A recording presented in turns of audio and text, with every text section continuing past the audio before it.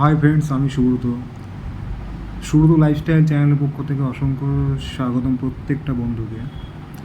বর্তমানে পশ্চিমবঙ্গের একটা হট টপিক 26,000 যে চাকরি বাতিল হয়েছে সেটা বিভিন্ন পলিটিক্যাল, বিভিন্ন জনগণের যে বিভিন্ন মতামত সব কিছু তো রয়েছে, তার সাথে রয়েছে কিছু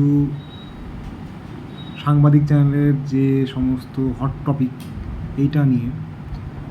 তবে বেশ কয়েকবার সুপ্রিম কোর্টে মামলা যাওয়ার পরে যে রিপোর্ট আজকে আমাদের সামনে সিনারি আছে, সেখান থেকে এটা তো বোঝা যাচ্ছে যে 26,000 চাকরি বাতিলটা কনফার্ম হয়েছে। শুধুমাত্র সময়ের অবকাশ। বেশ কিছু সুপ্রিম কোর্টের কিছু নিয়মাবলী আছে যেগুলো ফলো করতে হবে রাজ্য সরকারকে, এবং এই শিক্ষাবর্ষটাকে পার করতে হবে। এরপরে আবার আমরা নতুন একটা নোটিফিকেশান পাবো, এবং সেখানে দেখার বিষয় যে কাদেরকে পরীক্ষাতে বসতে দেওয়া হয়।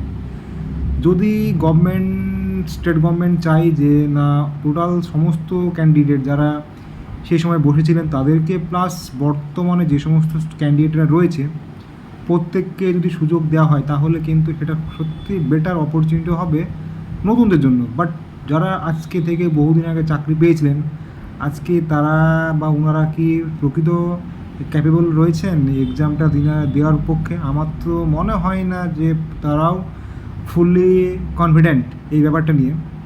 তো একটা বিশৃঙ্খল পরিবেশ তৈরি হয়েছে। তো দেখা যাক, সামনে কয়েক মাসের মধ্যেই পুরো সিনারিটা আরও আমাদের সম্মুখে চলে আসবে যে আদৌ এর ভবিষ্যৎটা কোন দিকে যাচ্ছে। তবে এটা তো বোঝা যাচ্ছে সাময়িক যে না, ভবিষ্যৎটা সত্যি অন্ধকারের দিকে যাচ্ছে, কারণ একটা বিশৃঙ্খল পরিবেশ সৃষ্টি হবে। তো আমি বলবো, যারা নতুন ক্যান্ডিডেট তোমরাও প্রস্তুত থাকো। যদি কখনো গভর্নমেন্ট এটা ডিক্লেয়ার করে দেয় যে না, আমরা নতুনদেরকেও সুযোগ দেবো, সেক্ষেত্রে কিন্তু একটা বিগ অপরচুনিটি রয়েছে তাদের জন্য। আর যদি তারা বলে না, সেই সময় যে 22 থেকে 23 লক্ষ সামথিং ক্যান্ডিডেট এক্সামটা দিয়েছিলেন, তাদেরকে দিলে সেক্ষেত্রে ক্যান্ডিডেট কিন্তু অনেকটা কমে যাবে, এবং সেক্ষেত্রে চাকরি পাওয়ার চান্স তাদের পক্ষে হাই হবে যারা চাকরি হারিয়েছেন, কারণ তারা বর্তমানে প্রিপারেশন থেকে দূরে আছেন। বাট নতুনটা কিন্তু হাইলি প্রিপারেড।